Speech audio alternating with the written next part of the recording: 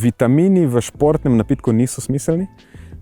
Do zdaj imamo že več raziskav, tako na športnikih kot na rekreativni populaciji, ki ugotavljajo, da dodajanje vitaminov, sploh tistih z antioksidativnim delovanjem okoli treninga, recimo vitamina C ali pa vitamina E, lahko poslabša adaptacijo na trening. In to velja tako za vadbo z bremeni, oziroma vadbo za hipertrofijo, kjer se ugotavlja, da večje količine teh antioksidativnih vitaminov okoli treninga lahko zmanjšajo prirast oziroma neugodno vplivajo na prirast mišične mase.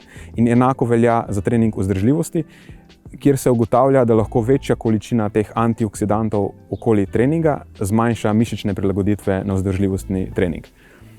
Zdaj, zakaj do tega pride? Domneva se, da zato, ker po vadbi je telo v nekem stanju, lahko temu rečemo, povišanega vnetja, in to stanje je normalno oziroma je celo zaželjeno. Po vadbi potekajo določeni procesi, da lahko ta adaptacija na trenažni proces se optimalno, rečemo temu, izvede.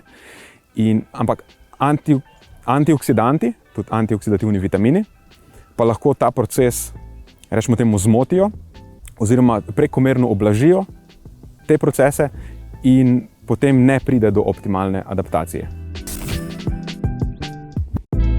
Okoli intenzivne telesne dejavnosti ne. Zdaj, en razlog bi lahko bil ta, da je zadeva zelo kisla in potem zna to povzročiti prebavne nevšečnosti.